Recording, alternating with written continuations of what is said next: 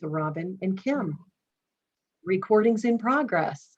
We're going to talk about Alzheimer's today. I know this can be a touchy subject, and we are not doctors, but there are certain things that we have researched and learned that can help us navigate to possibly warding Alzheimer's off or away, or maybe not avoiding it altogether, but somewhat. So Kim's going to go ahead and get us started out with it. So it's actually World's Alzheimer's Month. So the world is celebrating this, and so because it's in every country, so it's important to talk about it and to be aware of it. And it's one of the most feared things people are afraid to get. And if you've been one of those where you've been forgetful, or it kind of makes you nervous. And I think really our brains are on overload quite a bit too. And it's easier for us to forget things normally. So anyway, but really what's interesting about Alzheimer's is actually diagnosed in the US every 65 seconds, which to me sounds like a lot. And actually Alzheimer's and dementia is not a normal part of aging. So it's like people think, oh, well, I'm going to get old. I'm going to, lose my mind. Well, no, it's not a normal part of aging. So there are ways things we can do to stave it off, like we said, ward it off.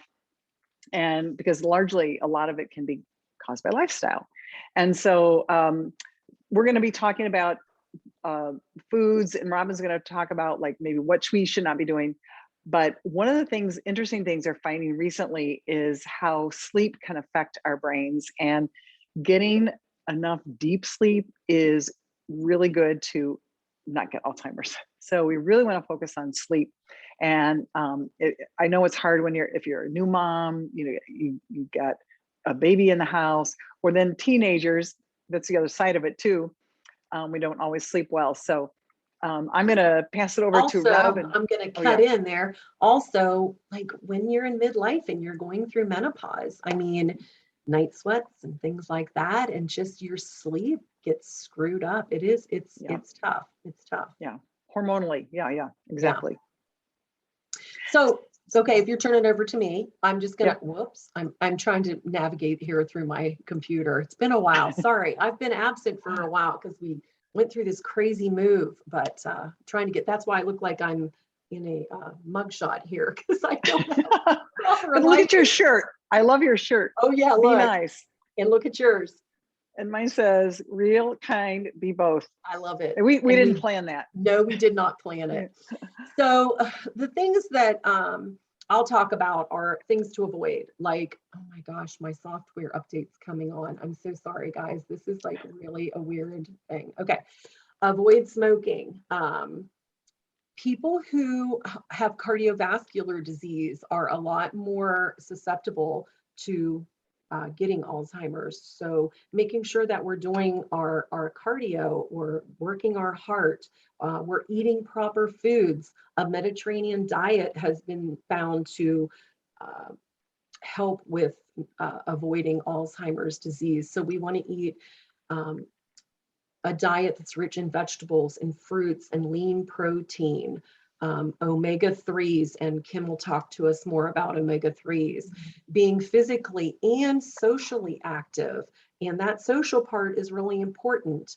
I think a lot of times we think physical activity, but it's good to engage with other people.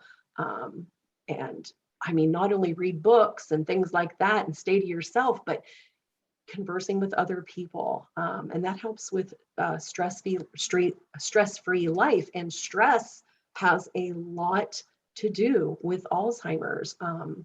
Taking care of our mental health, that's all part of it. And using your thinking skills. So go ahead, Kim. Yeah, absolutely. Keeping your brain engaged and just learning new things too. One thing I encourage my Silver Sneakers classes to do is to do things with your non-dominant hand, like brush your teeth. It's a new skill. Your brain's not, your body's not used to it. Your brain has to think what you're doing. Something like that, as easy as that. But I want to talk about omega-3s, because omega-3s are a fatty acid that we can get from typically fish, marine animals, and marine life. And one of the highest is salmon. Salmon is like our best friend. So wild caught salmon. So it's high in omega-3s. We need that. And it's got DHA in it, which is the fatty acid that is really good for our brain health. So it's essential for babies and kids for their brain development. And it's essential as adults to maintain our brain health. So I love salmon. And so we have salmon quite a bit. And so any fatty fish, think of smash. You're raising your hand, you like salmon? Okay. No, I hate salmon. Oh no! I know. And so here, I'm going to give a little tip. If you are like me, and I love fish, but salmon has a weird taste to me. So it can be polarizing. I use MCT oil in my coffee. You can substitute that way to get your omega-3s. And there's other ways. Walnuts have omega-3s, yep. Things like that. So for all you people who are sitting here going, no, I'm not eating salmon.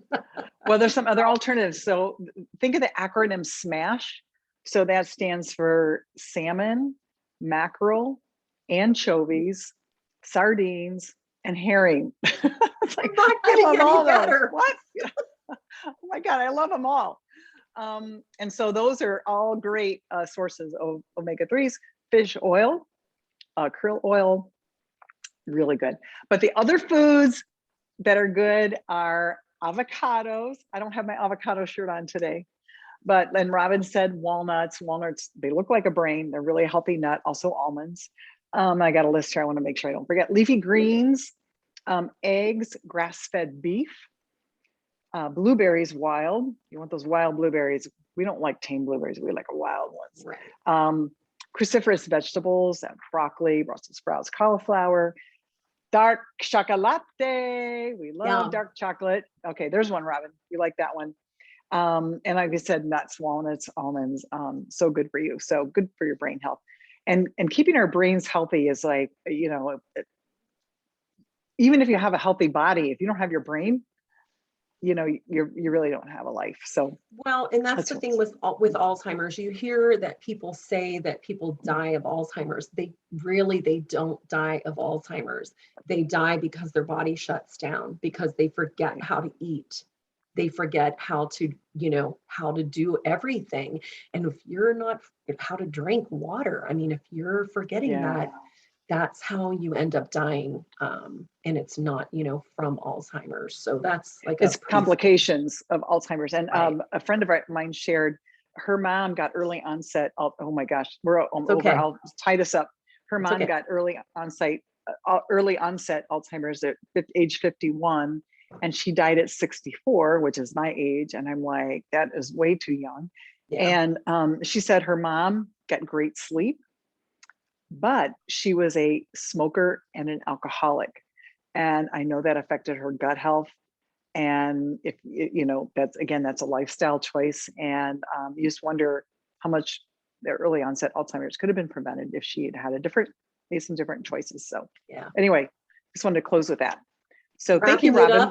It's healthy lifestyle, guys. And it's what we talk about every week. Healthy lifestyle. So do it, right? That's all right. We'll see you next week. Maybe I'll look a little bit better with some better lighting. That's all right. Have a great day, everybody. Bye-bye. Let me